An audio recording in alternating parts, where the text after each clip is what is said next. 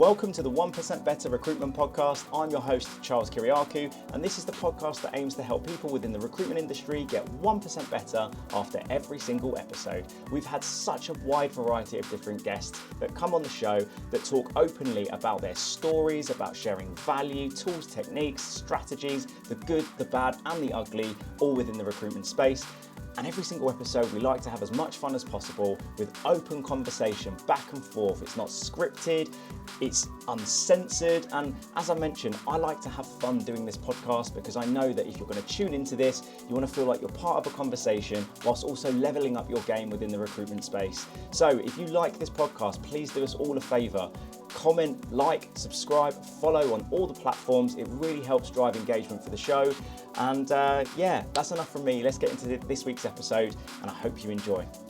Hello, everybody, and welcome to the 1% Better Recruitment Podcast with your host, Charles Kiriakou. Today, I'm joined by Sam Hunter. Sam, I'm so buzzing to do this episode. I kind of want to preface this before we actually get into this. When Sam and I first jumped on a call, I think it was because of the episode I done with Nitin on Rec Talk. Sam and I got on a call. We shared some ideas, exchanged some kind of, our stories and whatnot. And I mentioned to her that I had a guy on the podcast, did 500K, 26-year-old MD. And Sam was like, oh, yeah, cool. I know my market's like different, but I think my best year was like in and around 2 million. And I was like, sorry, what? Your best year was 2 mil? And I was like, what? How many podcasts have you been on? And she was like, well, I haven't really. Like, do you think that's kind of a worthwhile topic of conversation? I was like, right, before we talk about anything else, let me get your availability to book you on the podcast immediately, because this is just insane. I need to kind of unpack this. And we talked a lot about being a young business owner, and some of the anecdotes you were telling me, I was like, oh my God, like I wanted to like just stop that conversation, get this recorded, because there was so much to unpack there. But that's my intro. And before we get into things, I always say to people, for people that may or may not know you and who you are, what you do, just tell us a little bit about who you are and what you do, Sam. Okay, so I am a recruitment entrepreneur. So I have had two businesses. I'm on my second venture at the minute. So I'm a recruiter. I specialise in engineering, manufacturing, and automotive. So that's my background. But predominantly at the minute, I do have a team behind me, and we deal with logistics and freight forwarding as well. But yeah, funny enough, when you mentioned about the intro, I was like, yeah, I started my first business at the age of 26, 27. Year two, I did 2 million. And then when we got talking, I was going, okay, so that is a big number then. So obviously back then I thought, oh God, I was doing rubbish. Like that's nowhere near what you should be doing. So it's funny how things transpire. Yeah, absolutely. I mean, it's like 10 times what like is a decent level of billings for most recruiters, which is mental. And I'm looking forward to kind of unpacking it and all the rest of it. So just to give the listeners and viewers a bit of context to the kind of topics that we picked for today, obviously setting up your first business in your early to mid 20s, being a young business recruitment owner. And in my intro, I mentioned when we first met, Sam kind of told me a few anecdotes of going on site to meet customers and kind of almost giving you a dodgy look as if to say like, wait, how old are you? And constantly asking like, how old are you? Which is like quite an odd thing to have asked you when you're going in there as a founder of a business. Obviously doing the 2 million, the 7 figures, I'd love to uncover kind of your belief systems, the actions that you took, your behaviors, some of the habits that you put into place, and obviously scaling your first business, your venture, kind of the different things that you've done to do that. So if we just tackle the first topic then, Sam, I guess it could be quite interesting to just tell us a little bit about some of these anecdotes or what it's actually been like when you first started your business, when you were in your early 20s. Like obviously people like have heard me say this and I heard it from yourself, but tell us a little bit about what that was like going on site to meet customers and, having those kind of things said to you when you were like, in your early to mid 20s. Yeah, definitely. So how it kind of all transpired and came about is that I was in recruitment beforehand. So I was like everybody where I just fell into recruitment. So originally I wanted to do HR. So I went to university. I was like a mature student at university, which was a whole nother whirlwind.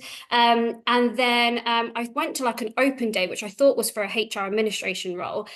Turned out it was then a recruitment position, got headhunted. Then it was a case of from there, I then started as like a trainee resourcer, went up to sales and kind of progressed in the agency world from there. So I was doing like agency work for about 2-3 years and then went to like internal recruitment in my early 20s. And I was doing that for a large OEM. Even kind of back then, I was doing everything a little bit different, which we can kind of touch upon later. Mhm. And then from there, it led me to then build a business plan, which is where my first business then came about. And I went out to the market, which is, I thought this is what everybody does. So I thought you have a business plan, which for me was going to be is engineering, manufacturing. That's all I wanted to do in recruitment, skilled and technical. And I wanted to do it for the Midlands area. So I was looking online, looking at investment, looking at like different options. And I thought, yeah, everybody has investment. Everybody goes, you know, goes online, speaks to people. And I had about six different options in front of me. And I was pitching left, right, and centre. But even back then, I was getting questions on, oh, sorry, how old are you? And I was like, oh, such and such, like in my 20s. And they were like, oh, okay, have you run a business before? No. Okay, like what skills have you got? Well, I've done this, this, and this in an agency, but I can see that there's a big service gap in the market. Um, and they were like, right, okay, well, we'll take a punt. Let's go for it. So I was very lucky that I managed to land my first investment for my first business, which is what kind of steered me to the success that I had. It wasn't a large investment by any means, but it was just a small amount. But even when I went to these pitches, it was, oh, how old are you? Oh, okay. And I'm thinking, Mm. oh gosh, right, is this like a common question? And then I remember, like in my first 6 months, it was just me in the business, and I was going out winning new business because obviously when you start a business, you have zero clients, don't you? It's Hmm. all on you, so Yeah. your mindset has to be in such a a positive way, and you've got to have that resilience to kind of bounce back from them no's. And while doing that, obviously, I was looking for team members and things like that.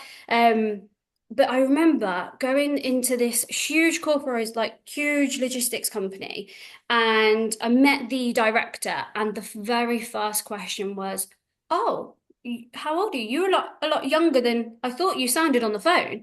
And I was like, "Oh yeah, to such and such. I've done this, I've done that." So I've always felt that I've had Mm. to kind of go through all my credentials to everybody, to all these individuals. Mm. And I've even sat in a board meeting and been asked the same question as well. It's just wild Mm. about, and I think that stems back to like how many female business owners in recruitment there is. Like, I think there's something along the lines of like 20% Yeah. in the Midlands alone is female business owners, and only 1% of them have investment, which I thought, like I said, I thought everybody has them opportunities and things like that.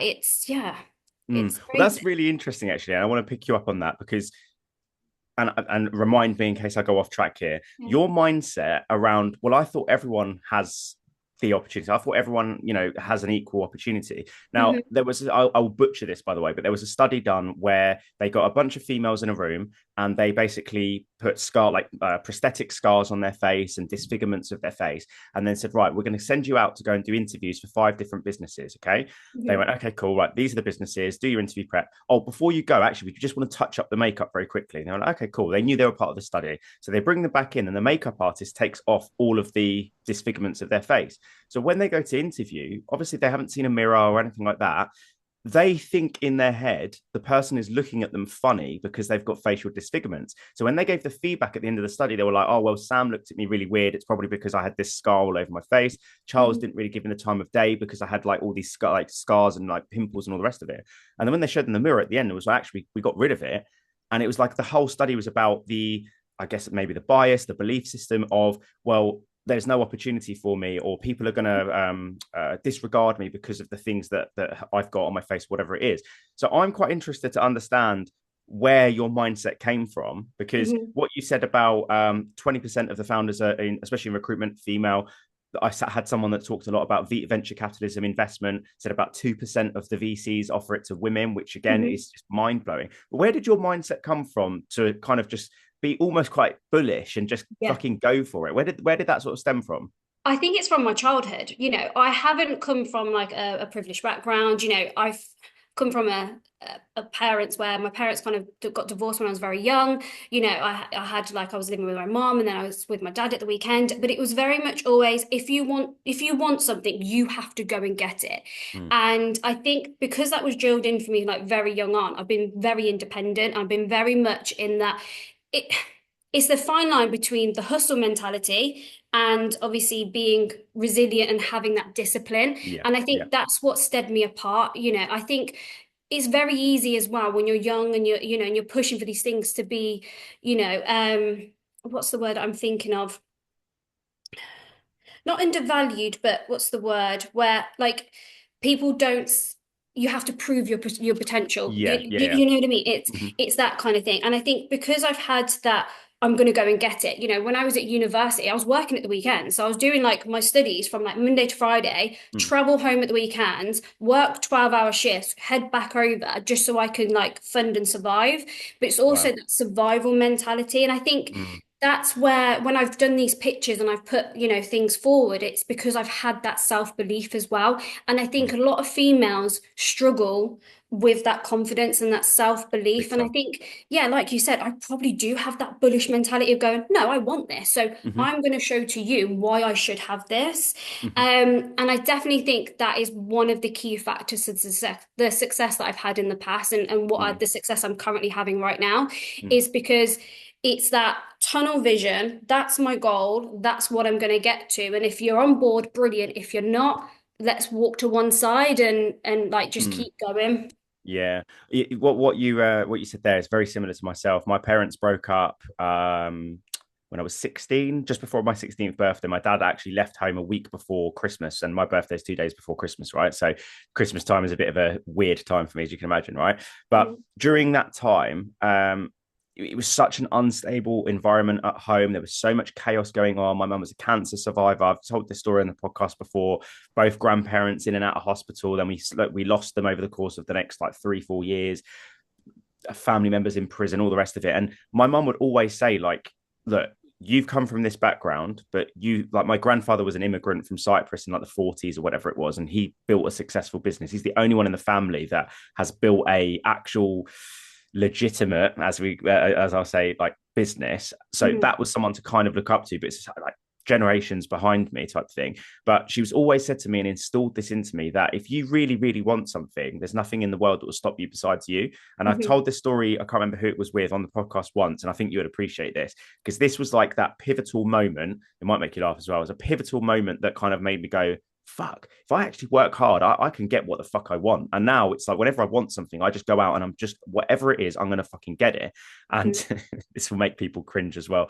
It was 2009, Call of Duty Modern Warfare 2 just came out.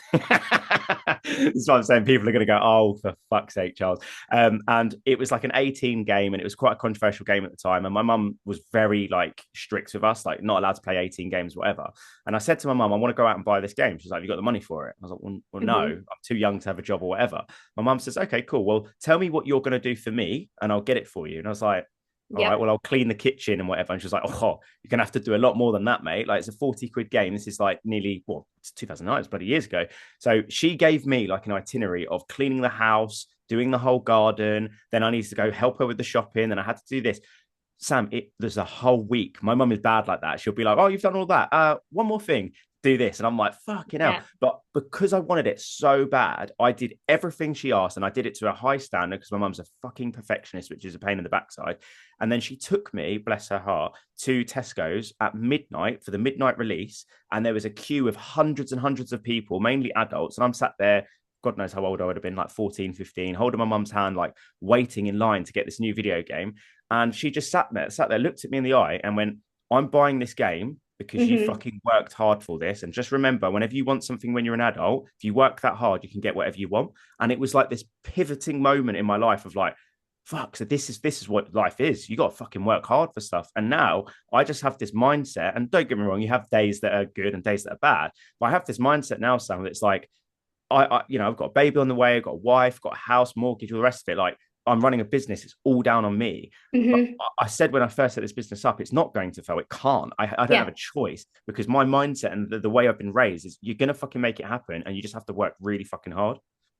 Definitely. And do you know, I think as well, because I'm like you, like I'll also lead from the front. So when I got to a point where I was bringing team members in, I would go in, well, I'm never going to ask you to do something I've not already done. I'll be on site at 4:30 in the morning on days that I do not want to get out of bed. I will be there. I will put a smile on my face and I will run that production line from top to bottom.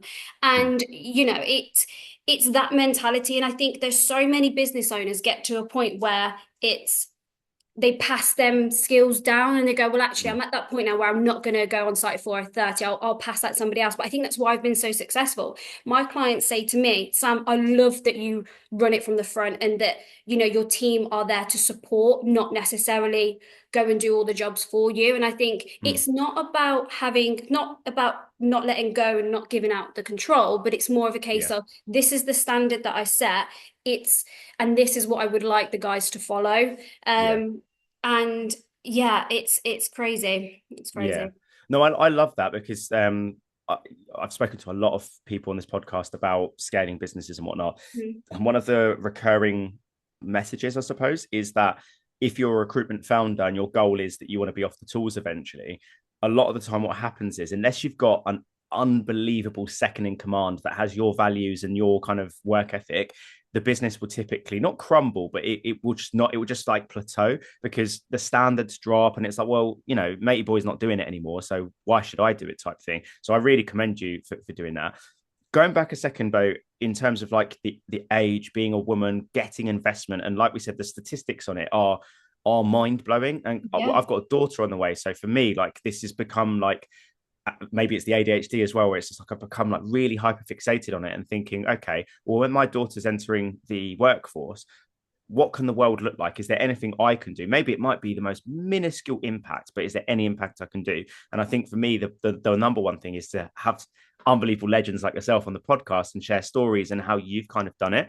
Now, Mhm. you've kind of told us a little bit about your upbringing and the mindset that you had, but if, for example, there was a female recruiter right now listening to this podcast, thinking about setting up alone or like, setting up their own business, considering investment, but they're shitting it because Mhm. it's a daunting thing, right? It really is. Mhm. What advice would you give to that person? I would say know your figures. So very early on, I was rubbish at accountancy to start with before I started Mm. my own business, but I just knew that that was a shortfall. And the moment you know your figures tell a story. So if you're going in and telling and pitching and you going, right, I know I need to generate X, Y, and Z, but how I'm going to do this is by following this structure. So for example, like your KPIs is going to get me to this margin. Once by the time I get to this bit, I can increase my headcount by here. Knowing your figures early on is so key. And I think always when you're doing your business plan as well, start with your figures first and build your business plan backwards. And then your vision will kind of come to light based around that. It's also about mindset. I think I've only got to where I am based on the mindset that I have. Now, don't get me wrong, it's not all sunshine and roses. There is tough times, being a business owner and a young female business can be quite lonely at times. It does have Mm-hmm. a dark side, but also that's where your positive affirmations come in. Mm. How you set your day and how you set your morning is another factor of my success as Mm. well. You don't sleep in, you go and work out, meditate, affirmations, back yourself before anybody else backs you. Mm. And that's another thing. You've got to be confident in your ability as well. Ultimately we deal with people and people buy into people. So if you're confident in you, the other person you're talking to, so when you're going for these investments, are going to buy into you as well because they're going to Mm. go, well, actually, she does know what she's talking about. Yeah. And also use your past experiences, especially for me. So, as I said, my career, I've done everything a little bit backwards. People will go in the industry, they will be a branch manager, divisional manager before they even consider setting up on their own. Mm. Whereas me, I got up to a sales manager role and thought, right, that's it, I'm going in. Mm. So, it's that mindset, and you've got to push forward as well, and Mm. you've got to have your end goal in front of you. So anybody that's been to my office, they will see that I've got literally a post-it wall of like, you can do this, 10K Mm. weeks. Like, so you see it every day, and because you're seeing it every day, it becomes the norm and it becomes that fixation as well. I love that. Yeah, that kind of reminds me when I was a sales manager. We worked in a WeWork, so it's like glass walls all around us. And we had those chalk pens, and I used to get off the phone with a client and say, "One more thing, what's like your favorite quote? What's something like what's an affirmation or whatever?" And then I'd write the quotes up on the wall. And don't get me wrong, some people hate that, some people find it cringe. That's fine. If you don't like that, and I do, then whatever, you go and work in another team, whatever. But I had a whole wall of all these affirmations, and that was back in 2017 to 2019, where those were like the formidable years of my recruitment career when I really started to like push forward. And I think it's mainly down to the things that you said there, to be Sam, about every morning starting with like the right mindset, knowing that you've got this. And it cringes some people out when I say this, but I used to have like this conscious anchor that I used to do. So whenever you used to walk through the door in the office, because we were 5 days a week in the office back then, I'd have my headphones on listening to aggressive drum and bass music, and I would hit my chest like this 3 times and say, "You fucking got this," and go in. And the minute I walked in, it was like I became a different person. I wasn't the guy that's just slept for 8 hours, or the guy that was with his girlfriend. I was a different person. I was an animal. I was the person that was going to go and hunt and gather for my team and all the rest of it. But I wanted to ask you on that, because yes, obviously, if you do set your own business up, you're going to have good days, you're going to have bad days. If you're considering setting up a business, you're going to have, most humans at least, that imposter syndrome and all the rest of it. Now, I love what you said about the figures, because that's the facts. If you've sat there and you can look at your figures, and that's a reminder to install the confidence in you. But what other things do you personally do, and what other things could you advise when you're starting your day if people are having those moments where they're like, "Fucking, can I do this? Like, do I even have this in me?" What other things could you suggest for people? Just a quick one from me, guys. I hope you're enjoying this week's episode. But as you probably know, the way that I fund this podcast is through my coaching business. So just a little bit of information around that, because you or someone that you might know might find some value in this. But I work with recruitment agencies, recruitment businesses within a range of 1 to 100 heads that are looking to scale, grow, and ultimately want to upskill both founder level, recruiter level, and everything in between. And I offer a wide variety of different services, from one-to-one coaching, group coaching, training academies, business development training, creating company handbooks, and I'm looking to do a lot more webinars, and I'm looking to add as much value as I possibly can. But in order for me to keep doing this podcast, I need to make a living, I need to pay my mortgage, and I can only do that through my coaching business. It's really difficult doing it by yourself, but I love doing it, and I add a lot of value to recruiters and recruitment businesses. So if that sounds like something that you'd potentially be interested in, if you're someone that's passionate about personal and professional development, my details are below with this podcast. That's enough from me. Let's get into the rest of this week's episode. I think it's a case of always going back to your why, going, okay, so why did you set this up in the first place? For me, the reason why I've done the businesses that I have is because I want to have a bit of a legacy. I want to be able to pass down to my kids that I've built something for them and my family to go, this is what I can pass on. And I think that's my personal why. And it's going back to that. And you may have to look at your why like 3-4 times a day on some days, but it's always going, okay, but also being structured. Now, I've got a bit of OCD with this. If I'm not structured in my day, I wobble. So I know that and I break it down time by time. So I know between 8 and 10 is my sales calls, new clients, only, and then after that, I've got my follow-ups. After that, I'll do my interviews. I'll do my specs and all these kind of things. And it's like breaking it down and being consistent. Recruitment's all about consistency at the end of the day, and your figures will then reflect how consistent you are. Obviously there's going to be tough months, there's things in the market as well. But yeah, consistency, discipline, resilience, they are the key things. And, as I said, understanding your why and always referring back to the why as well. Yeah, I love that. I literally had this conversation. I'm trying to think who it was with.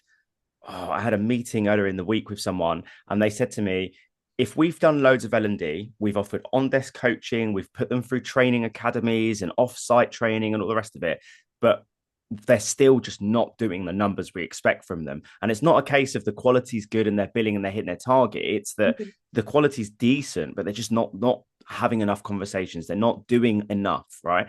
And I said to them, can you literally sit there and ring off the 5 people we're talking about and tell me word for word what their motivation is to come in every single day, what their drivers are, what their why is, what's getting them out of bed when they feel like shit? Because I've had days as a sales manager, as an L&D manager, where I've woken up and you know what it's like. Sometimes you've got a bit of a headache, you haven't slept great, And it's really easy when you're an employed person, right? When you're not setting your own business, to go, I could just take annual leave and just rest for the day. And don't get me wrong, there is some times where you do need to take a step back. But I've taken, and I'm not ashamed to say this, days where I knew I could push. I knew I could go for. I wasn't burning out, but I just felt I just can't be fucking arsed today. I'm just not in a fucking good headspace. And there are some days you need to do that. There are some days you need to push through.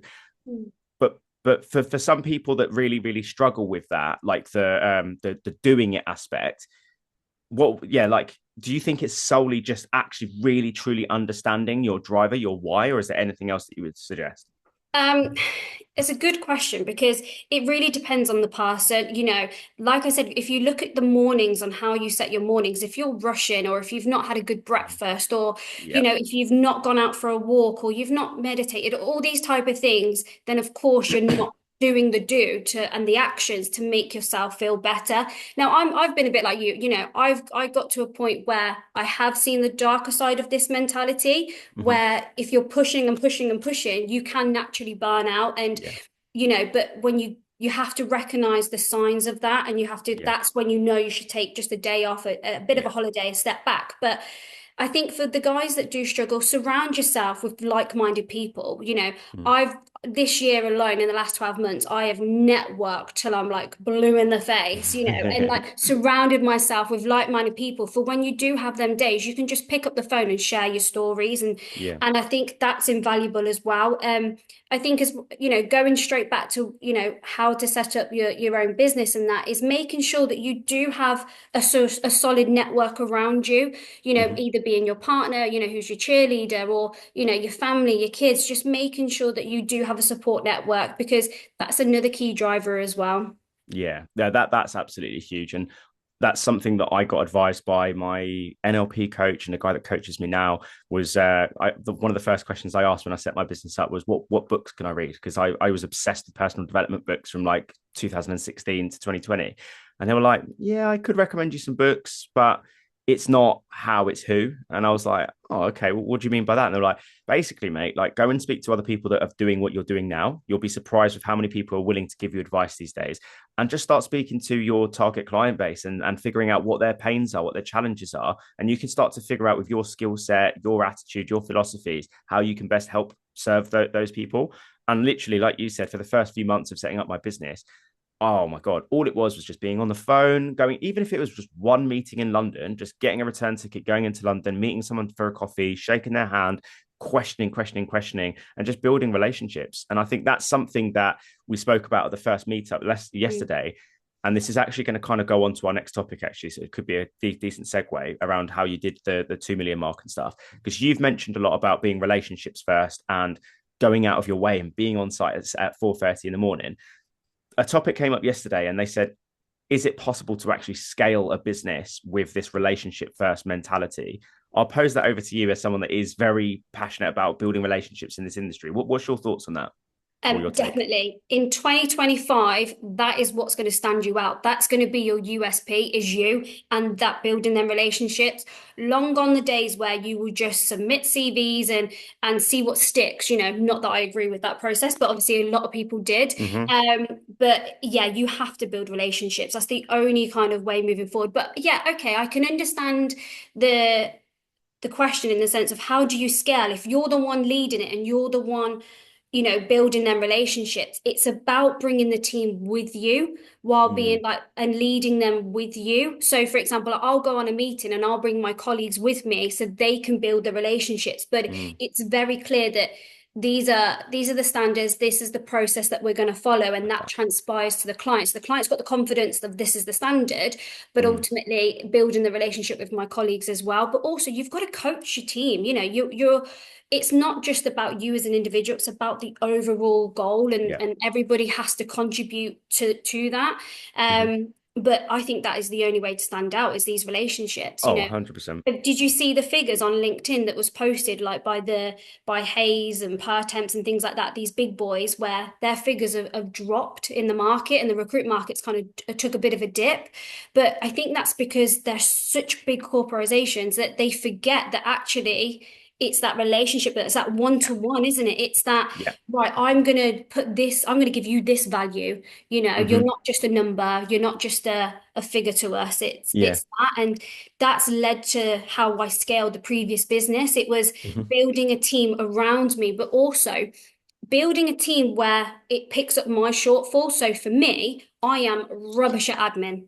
Yeah. Absolutely rubbish at admin. You look on the CRM, for me, it is atrocious. But I knew that was my downfall. So I've got teams that will then do all the admin and kind of fill it that way. And that's how Yeah. you scale. You Hmm. don't you don't compromise on that relationship building. Yeah. You fill the other gaps. Yeah. Oh, that is such a killer answer. And there's two things I'll pick up on the thing you were talking about the big boys and the numbers dropping, right? The first thing is like you said, with those numbers dropping, there's a bit of doom and gloom in the industry. We're recording this at the start of May. I've spoken to so many people. Have you seen these figures? Oh, the recruitment market, with AI and automation, are we still going to have a job? All this type of stuff. At the first meetup, I won't say where he used to work, but he worked at one of the big five recruitment businesses in the world, right? They had an RPO with, I can't remember who it was, but a giant corporation. And he said, I need to manage this. And they were like, no, you've won this. We're going to pass it over to that team there. And he went, but I've got the relationship with them. Like, this is going to ruin the relationship. And, they're going to stop using us. It was a multi-million-pound contract. They lost it in 3 months. And when Wow. he told us that, I was like, wait, how has that happened? And he basically went back and forth with the other directors and said, look, it needs to be based on a relationship. But their mentality, being one of the big five recruitment corporations, was like, that's just not how we scale. You've won that bit of business, so we'll pass it over to the account management team and they'll take it over. The account management team never met them when they were doing the agreement, signing terms. They never even asked to meet them. They just set up a portal and was like, right, cool, we know what we're looking for. We'll just put some CVs in there. And 3 months later, lo and behold, it's gone. So going back to what you were saying, I think if you're a boutique recruitment agency these days, and even if you're scaling to 2, 3, 400 people, whatever it is, Mhm. your advice there is, I wish you said there, I wish you were there last night, because we were all debating this. Like, if you've got somebody that is taking people with them and essentially getting everyone to buy into your philosophy, buy into your values, being relationship first. And if you go, cool, I've won this big account, I don't have time to service it, but Mhm. I've brought along Charles to the site meeting, they've built the relationship, and then you maybe speak to that client once every other month or so as how's Charles getting on? Is there anything else I can do to help? Doesn't take much time, does it? It's like a 5-minute conversation.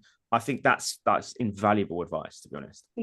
And definitely, but also like on that as well, when we talk about pivoting, and again, another point to how we kind of got to the figure that we got to, and is that yes, okay, as the market is slightly doom and gloom at the minute, but the success, I set my first business up before COVID, so I had no idea that COVID was going to come around, and what I did at that point was I looked at the offering that we were given, and it was a great offering, and we were Mm. doing really well in like the engineering and the manufacturing sector.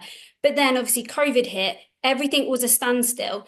So I took a step back and I pivoted to the PPE sector, as Mm. everybody would, and Yeah. and who wouldn't? And that then alleviated the pressures of the other areas that weren't doing so great, Mm. and that kind of led to that success as well. It's like just always going back to your business plan. I think that's another piece of advice that I would give to anybody. Every 6 months of your business, take a day out of being hands-on, away Mm-hmm. from the tools, and look back and going, okay, let's relook at my offering.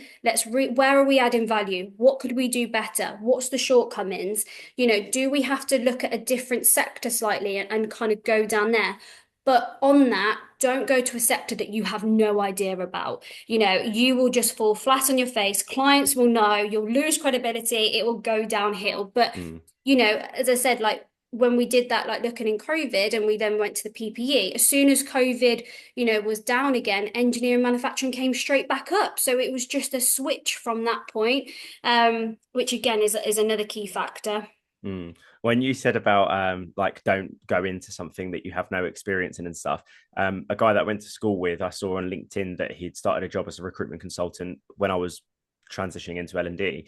Got speaking on LinkedIn because I was on Instagram, sorry, because I was posting a few things on my stories. And he said, yeah, I've left this company, hated the culture, blah, blah, blah. Me and my mate are going to set up. And I was like, oh, okay, cool. Like, I can sit down with you and offer any sort of, support. I speak to a lot of business owners and stuff. It's like, what market? And he goes, yeah, it's a good question. I think we're probably going to do engineering. And I was like, okay, it's quite broad. How much experience have you got? And he went, oh, we don't have any experience. We just see the fees are quite big. And I was like, right. So you're going to go and set up, you and a mate, you've been doing recruitment less than a year. You have no network, you have no market, nothing. Like, I don't really think that's a wise idea. And I think sometimes people, and this is kind of what we spoke about to begin with, are almost like blinded by like the Instagram, like Dubai living, Gucci handbag, fucking, LinkedIn guru. I'm a multimillionaire. Look at me. I've got all this business and I've got all this free time. When actually, especially if you've got no market, no background, nothing. I mean, I had somebody on LinkedIn message me a couple of days ago saying that they've not done a deal for 6 months. I don't think he's done recruitment for very long, but like he's sticking at it and he's like doing Deliveroo in the evenings to like make ends meet. And I'm like this is the stuff that you don't see on social media, that it's a very small percentage of business owners that actually make it. Like businesses in recruitment sector, and I'm not trying to like scare people away here. It's the harsh reality of it. There are so many businesses that set up and then after 6 to 9 months, they just fail. Yeah, it's crazy. But again, it leads back to the mindset and what we were talking about. You've got to make sure that you are pushing forward all of the time. But also as well, like never forget, like who you may like meet down the road could be a potential client as well. And that's why networking is so key. You should never underestimate anybody that you see. Anybody could be a potential client, anybody could be a potential referral. Yeah, I agree. So the year that you pivoted into PPE from what your initial sort of market was, is that when you had like your breakout year, your record breaking year, was it? Yeah, definitely. But also it kind of opened up the doors into other areas. So by doing the PPE, it opened up the doors into the food industry, and which again, never even kind of thought about in the original business plan. And then it was going, right, okay, so we had a lot of success. But again, the only reason why we won these particular contracts was that relationship building, being at the forefront. But yeah, that's kind of led to the success as well that we had from that point. But also it's about having that passion. I think when you're looking at the sectors and you're offering, there's no benefit of going into a sector you're not passionate about. Me, if you get me in front of a car, I am so passionate about cars in the automotive industry, you'll be surprised. You'll get me in that Aston Martin, that DB11, and I will tell you all of the intricacies, and I'll be like, right, this supplier does this part of this Aston, and etc. and things like that. So you've got to be passionate, because that's also what's going to stand you out as well. Yeah. Oh, I'm going to pick you up on the car thing in a second about like electric cars and whatnot. I can't agree with you anymore. Like I started off doing social care recruitment for a few months, and social cares have got their place. Fantastic. Didn't really gravitate to it so much. And trying to do business development back then in that sector, you weren't allowed to speak to hiring managers, and it had to go through government portals. I was like, I don't like this at all. And because, as I mentioned before, growing up, my mum was always in and out of hospitals, cancer survivor, all the rest of it. The nurses for me were like angels. They were like unbelievable. And I know they don't get paid a great amount of money for what they do in the hours they work. So when I had an opportunity to recruit temp nurses, I was like, oh my God, because I've been in and out of hospitals, I understand how that works. And like you said, you could go out and meet a potential client or a potential candidate. So being in and out of hospitals with family, I used to have a bunch of business cards and just go over to the ward clerk, and then who's the nurse that's looking after my mum in the surgical unit, blah, blah, blah. Then I'd pull the nurse aside and be like, look, I know, like, because they're in NHS, like, what everyone's earning depending on the color of their tunic and stuff. And it's quite cheeky, but I'd give them a business card and be like, look, I can literally double your salary. Yeah. Like you can literally double the amount you're earning. What is it that you want to buy? I can literally get that for you. We'll set you up with an umbrella company, whatever it is. And that's how we built that desk. And because I was so passionate about it, and then when we also took nurses out of the NHS and put them into medical device companies like the community nurses to help with like the feeding and all these types of things, and putting them on long-term contracts on like outrageous, silly money, these NHS nurses would come back to me like with tears in their eyes, going like, I've just earned like 80 grand this year. I never in a million years ever thought I could earn that amount of money. And I was just so passionate. And that's why I went into medical devices, because it was a similar type of sector. Whenever I sold an opportunity, that passion was everything. And I feel, to be honest, I feel quite sorry for recruiters that haven't necessarily found the right home yet, haven't found the right sector, and you hear them trying to pitch a job in tech or whatever, and they're just not fucking passionate about it. And I feel quite bad for them, to be honest. I hope you're enjoying the episode so far, guys. If you like short form content and want to see clips of prior episodes that are about to launch, or episodes that have just recently launched, you can see so many clips on my TikTok. It will be coming up on the screen right now. It's just charles.kiriakou on TikTok, and I upload 30 to 90-second clips at least 5 times a week. So if you see a clip on there and you go, actually, do you know what, that sounds like a wicked episode, you can just simply go on Spotify, Apple, or YouTube to see that episode and then watch the full episode. But yeah, I'm trying to upload a lot more on TikTok, so if you could give me a little follow over there and just check out the clips and give me some feedback, that'd be hugely appreciated. And just one more thing as well, if you're getting this far into the episode and you haven't liked or you haven't followed or subscribed or anything like that, you're going to miss out on so many good episodes. We have so many good guests that have already come on, that are coming on, so please make sure you're following, subscribed, etc.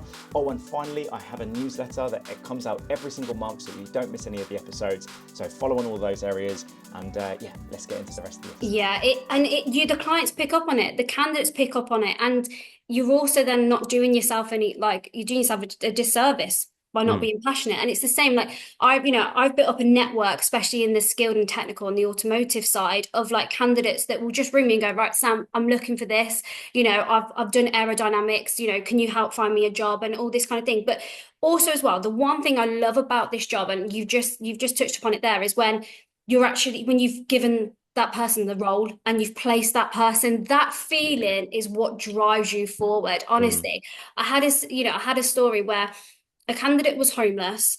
He wanted to get into manufacturing. He then found a place, but then he was waiting for his ID, and I was talking to him for probably about 6 months. And finally, once he got himself settled, I got him into that job, and he was one of my best workers on that production line, and he was referring me left, right, and center. He was like talking to his friends, like, if you need a job, go to Sam, at SH, all of this kind of stuff. So it was just, like I said, you just never know who you talk to. But yeah, once you place that candidate, there is no better feeling than knowing you've made such a positive impact on that person. And yeah, I just love that feeling. 100%. I'm totally with you. Where did your passion of cars come from then? Because again, like this is the bias in your head, right? First time I met you, I would never have thought you would been obsessed with cars, right? Where did that come from? Do you know what it is? I think it was a case of I don't know, actually. Like, it's not even from my childhood, but I remember when I bought my first car. So I bought my own first car, and it was such a good feeling. Like I said, that mentality of like, if you want something, you got to go and get it. And I saved, I think my first car was like a Peugeot 206. It was green, but it cost me like 3 grand at the time. And then when it got delivered to the house, it was like the wiper was falling off. So I was like Googling, how do I fix a wiper? Like, because I was like, oh God, I can't afford to get another one, and all this kind of stuff. And I think it kind of stemmed from there. I was interested. So I used to just go online, like how to change tire, how to do this, like, and then as I kind of fell into recruitment and I fell into the technical side, it was a case of, oh, so a welder just welds this part of a car. Oh, okay. So, the R&D does like all of the intricacy with the exhaust and stuff like that. So it was just building it all together. And then when I worked for the large OEM and I did recruitment in there, I was always in their cars. I was like, fascinated, and it's just kind of stemmed from there. But I think as well, like I went on a meeting, funny enough, at a client like the other week, and an automotive client, and I was like, send me to the shop floor. Let me have a look. And it was just phenomenal. Yeah. What's your thoughts on electric cars? Interesting. So I understand the benefits, and I understand that obviously the importance of running the electric cars, but it's crazy how obviously with all the Teslas that came out, everybody wanted a Tesla, didn't they? Everybody wanted to buy the electric cars. They were like, it's great for the economy, great for the CO2, all of this kind of stuff. And then it's just kind of like nobody really wants an electric car right now. Because of the fees and the tax and all this kind of stuff. But I'm for it. I understand the benefits, and I think it's great. But there's so many people out there that are just a bit hesitant of going into an electric car. Yeah, well, I'm a bit nervous for him, to be honest, because I don't know, like, as we're recording this in May, that whole thing in Europe happened where like the electrical grid just went down. So imagine you got work in the morning and like, you've just come home from like a client meeting, you put your Tesla or your Toyota Prius on charge, and then the fucking grid goes down. Like you're kind of screwed. So, and I said this to Rosie, my wife, all the time, like, I'm not the biggest car person. My uncle is. He's a mechanic, and he used to pick us up from school in his custom made Mercedes that you could hear from 3 miles away, and you'd be in the back seat going like that. It just that feeling of the torque and the sound and everything like that. Now I've been in my mate's Tesla before, and you obviously go 0 to 60 in a half a second, and it's cool and it's all techie. But I don't know. There's something about like a that I don't know, maybe there's a part of me that is a bit of a petrol head. I quite like that element. And I'm just a bit, I don't know. I don't know. I just don't think I can get behind electric cars personally. No, I get it. I get it. Yeah. Well, anyway, we're not here to talk about electric cars, so that's fine. One thing I wanted to do is actually kind of go into the nitty gritty as well around and maybe there's like other years you've had, because obviously the PPE pivot, sorry, was absolutely just what a fucking idea that was. Unbelievable pivot. But like, I think for some people listening to this and hearing doing 7 figures, but not even just 1 million, over 2 million, there's probably listeners listening into this going, how? Like, okay, cool, we've gone through the mindset, we've gone through some of your habits. I'm sure we can kind of dive into those in a little bit more detail, but like, if you could talk us through like building that desk, like how many like temps you had to have out, what that looked like, if you could just talk us through that whole process, I think that would be really fascinating. Yeah, cool. So predominantly all of the business was based on temp. So up until now we're like about probably a 50-50 split right now. But before it was literally like an 80% temp, 20% palms. But it's kind of building that desk. Obviously it started from cold. So, obviously people talk about back in the day, they used to ring the yellow pages. Well, for me, it was going on Google and like obviously researching the companies, but also mapping out the areas. So I'm very big on local. So where we're based in Leamington, we do a lot with the Leamington football. We do a lot giving back to our community. Kind of here and like over the Midlands as well. So it's a case of mapping out the sectors, mapping out where you want to kind of headhunt, having your key targets as well. So you've got like, going, I think the old school way of training, because for me, I was very fortunate where my first recruitment job, I had a lot of training, yes, it was like classroom based training and it was very like on the job as well. So like that really set me apart within my sales career, my business development. But when I was obviously building the desk from scratch, it'll be, okay, so these are my territory. Then I look in my territory and I look at, okay, so this is the engineering. So I've got like 10 clients in engineering, 10 clients in manufacturing that I want to go after. Okay, so who's the key decision makers? It'll be as simple as fact finding first. You'll be surprised that so many recruiters forget that fact finding is the way that you build your knowledge. You build your knowledge through your candidates as well. You can literally ask a candidate any question that you want and they will give you the answer. Like when I was learning about, the cars and like I said about like the R&D and the aerodynamics, I had no idea what aerodynamics even was at one point until I spoke to a candidate and was like, can you just break this down for me? A bit of a simple guide for me. And I think that's what's also then stead you apart, because then you can kind of piece the puzzles together on going, okay, so I know that engineering company recruits for that sector, that skill set. I know that this manufacturing recruits for this. And then you speak to the candidates, obviously the skill sets, and then you spec. Spec as well is another business development area that people tend to forget. It's such a warm way of speaking to people. You're there with a need, you've got something to talk about. I don't believe in cold calling. 2025, it's literally cold calling. I wouldn't say cold calling's dead, but you want to change the tack. You don't want to just ring up going, hi, I'm Sam from such and such, do you recruit? No. Yeah. If that's your definition of cold calling, then you're going to fail. Yeah, 100%. It's about, okay, I've got this candidate. Last time we spoke, you mentioned you were looking for this particular skill set. I've got this. What do I need to do to get them in front of you? And just breaking it down that way. But again, that goes back to being disciplined and being resilient. Of course, you're going to get people to tell you to F off, don't call again, or you're going to get people call me in 6 months, whatever it is. But it's always your follow-ups, going back to it, having your structure. As I said, on my structure, I know between 8 and 10, I'm doing my business development calls. That's it. Nobody disturbs me. That's exactly what I'm doing. And like I said, you've got to map out your areas. I spoke to somebody a couple of weeks back actually, and we were talking about how do you build a cold desk in 2025, and how do you pull the elements of the old school recruitment ways and kind of how the AI and things like that, how do you pull that together?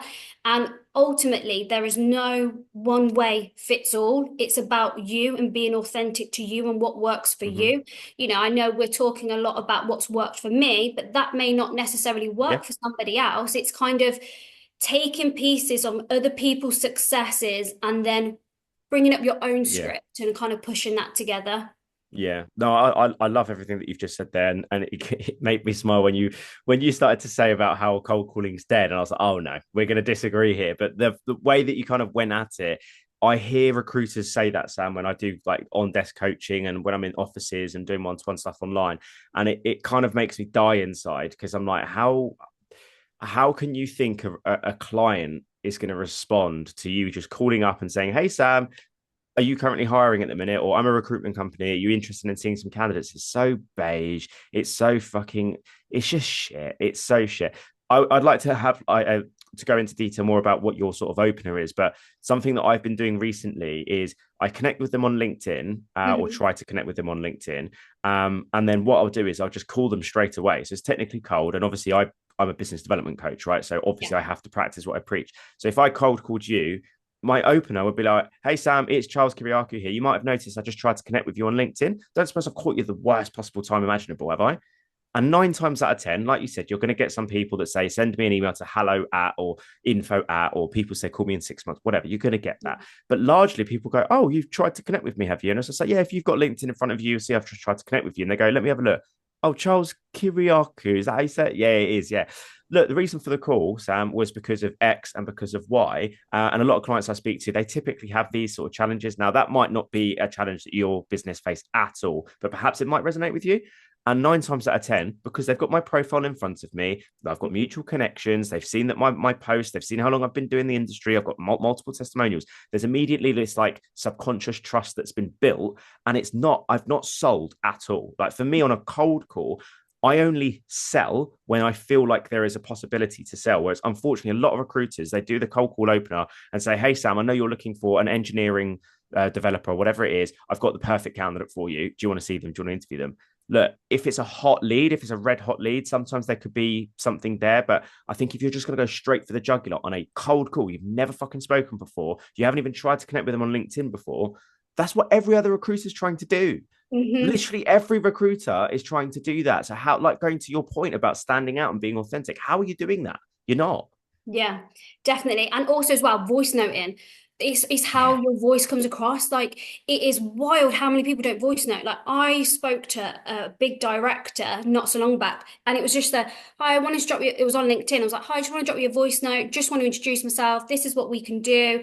Like, let's set up a call. Literally 2 minutes later, we've set up a call, and it's just you're in straight away. You're talking to people. And I think that's the thing. People seem to shy away from conversations since COVID, and people shy away from building them relationships. But don't get me wrong, when we're talking, this is not about a transactional relationship and that's it. I do like to get to know my clients and even my candidates. You'll see me do welfare checks as well, like with candidates, bringing your ice creams, checking that they're okay. How's your dog? How's your missus? How's the kids? It's invaluable. And I think it's so easy in recruitment to forget that we are people, but they're also people too. Yeah.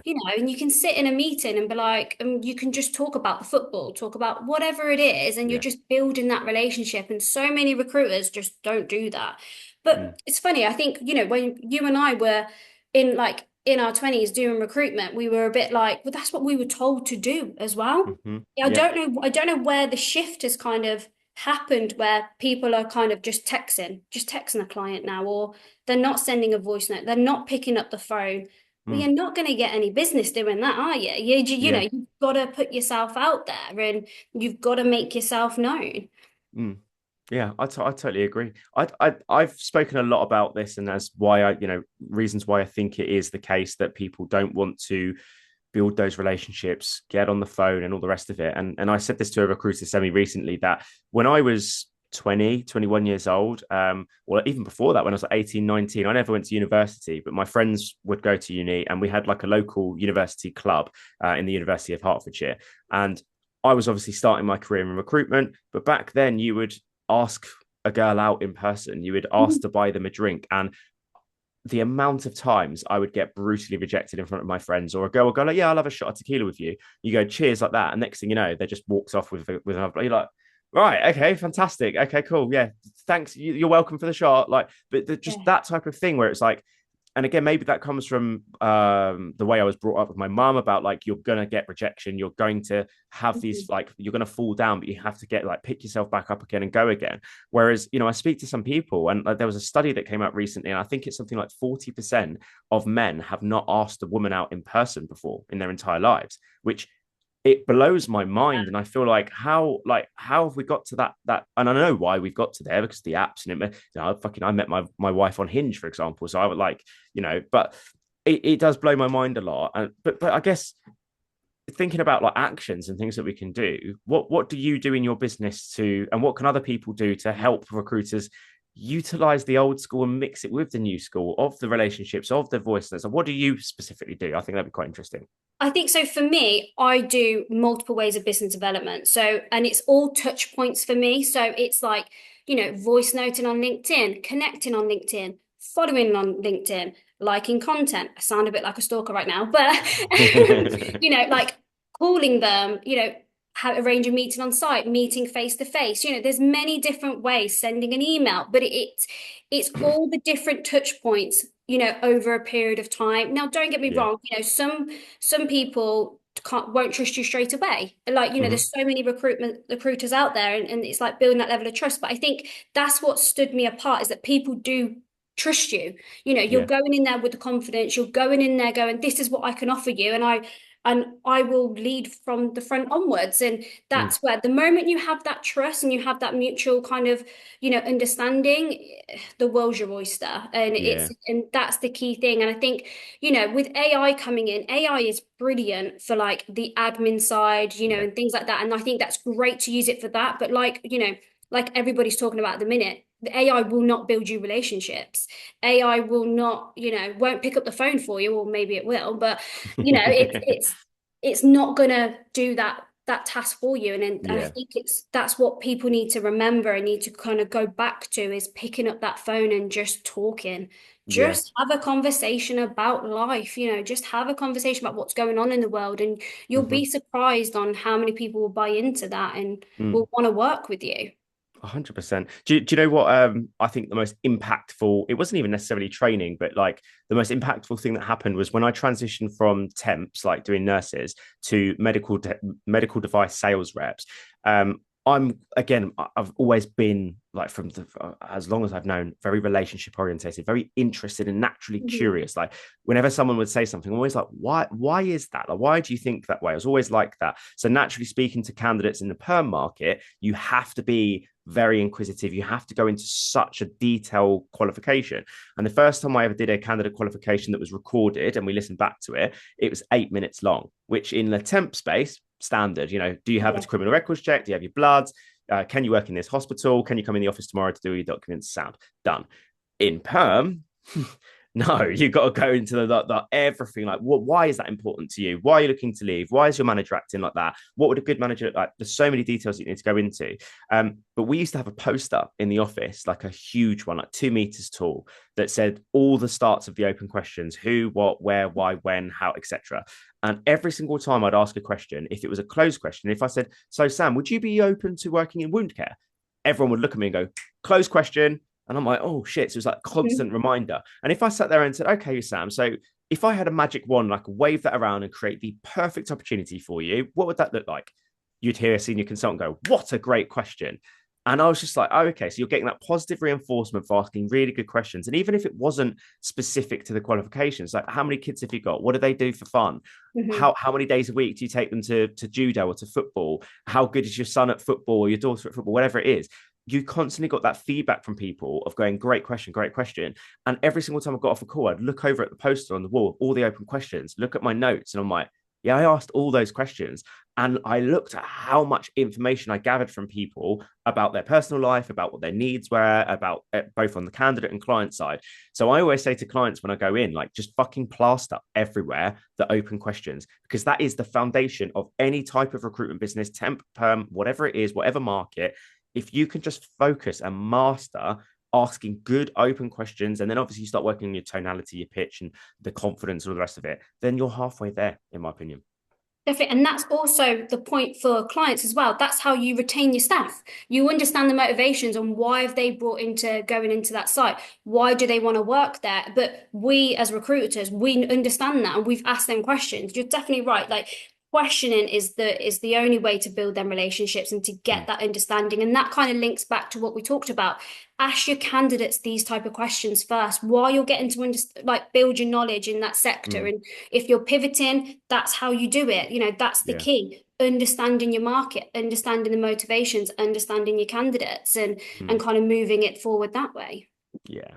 So going back very quickly before we wrap up, when you did 7 figures, like the 2 mil mark, just talk me through like the logistics of that, because that sounds chaos, right? How many like temp workers, how many workers did you have out? Like what was the sort of margins, and how were you able to cope? Because when I had like 50, 60 plus nurses and I was picking them out from like Stevenage and putting them in Watford and then Watford into Stevenage and then over to this area, it's like, it was just chaos, if I'm honest with you. And this was pre any we didn't use any tech whatsoever. We barely even used CRM. I just used a spreadsheet and a literal hard phone on there. So yeah, talk me through like how many temps you had out, what the margins were, and then ultimately how you kind of dealt with that amount.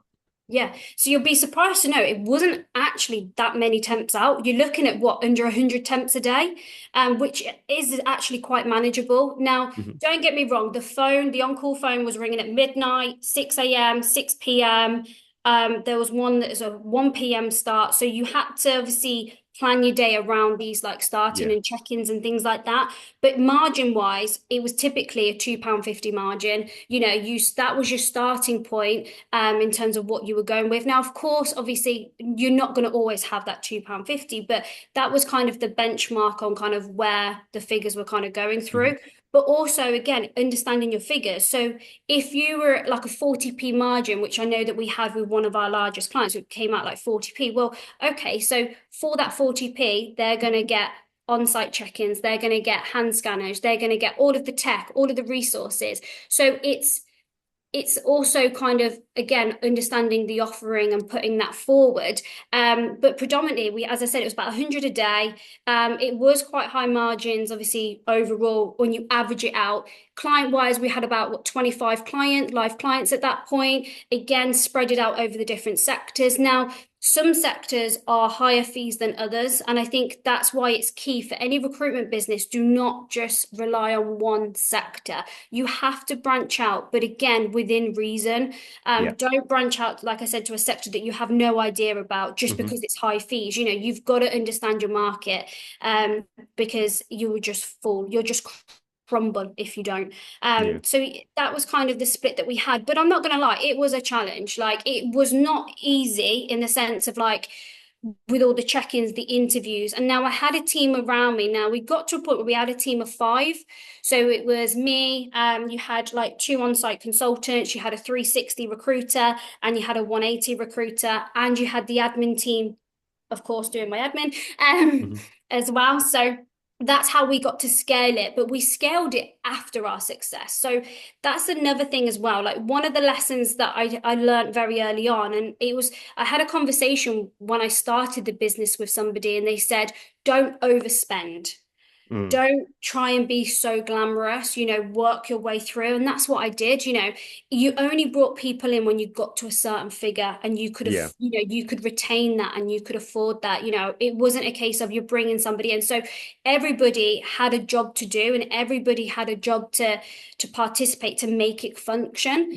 Now, obviously you have your bad hires and things like that, which will contribute, and obviously you have to recover from that, but obviously that's another story.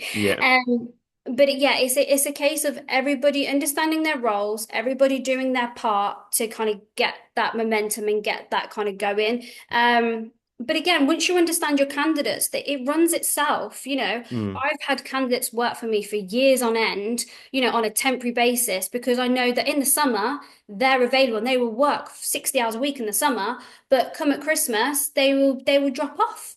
But they'll come mm, back to me next summer. So yeah. it's understanding your candidates, understanding your market. Yeah. Awesome. Well, look, we've covered an absolute shed load in this Yeah. episode, and honestly, there's a lot of value to be given. But as you know, after every single episode, I ask the same question. Following this particular episode, how can people get 1% better in recruitment? Personal development.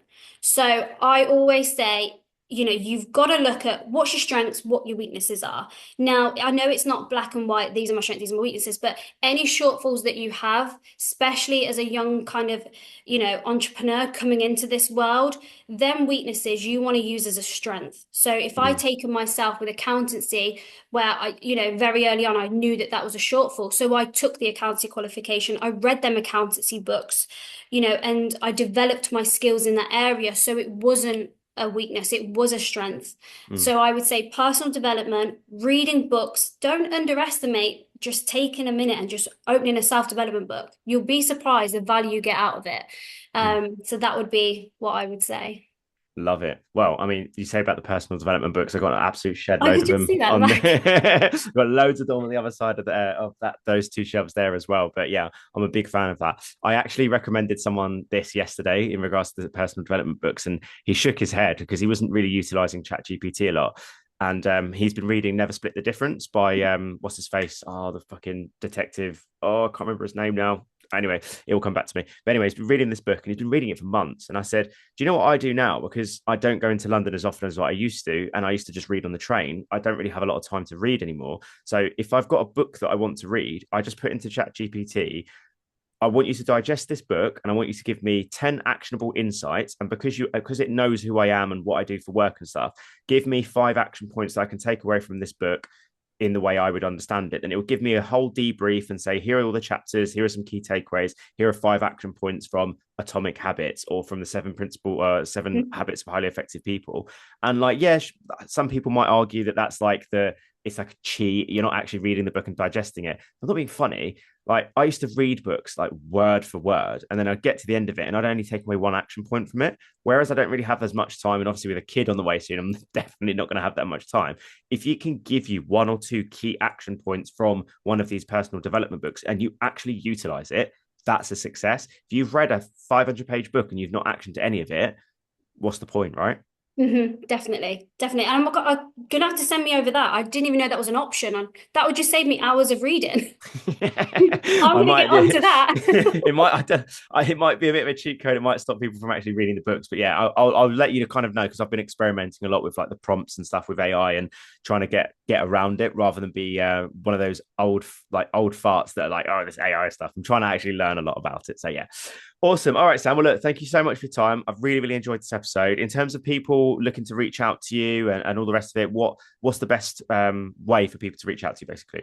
You can find me on LinkedIn. So if you search my name under Recruitable Staffing Solutions, you will find me. Drop me a message, and I'm here to help. So any ways that I can help being a recruiter, candidate, client, reach out, let me know. I'm here to help. Amazing. Thank you so much again. And for everyone that's listened and got this far, thank you very much for listening. And until next week. Thank you so much for watching this episode or listening to this episode, guys. Let me know, what was your biggest takeaway from this week's guest? What did you think about their answer to the 1% Better in Recruitment? I'm really keen to hear your thoughts. If you haven't already, please drop us a like if you're on YouTube, follow on Apple and Spotify, connect with me on LinkedIn, and I'm really, really keen to get some feedback from you all on what you think about the format of these episodes. Are there any other guests that you think we should have on the show? Are you someone that wants to be a guest on the 1% Better Recruitment Podcast? Because if so, you can just simply DM me on LinkedIn. You can drop me an email. All my details are below on these videos. And I'm always interested in having absolute legends come on the show that want to have real open conversation, that want to talk about things that could even be potentially controversial. We could debate certain things, but the whole point, as I mentioned at the start of the video, guys, is that my whole purpose with this show is to help the recruitment industry get 1% better after every episode. So make sure you're following, subscribing on all the different platforms, and I'll see you next week.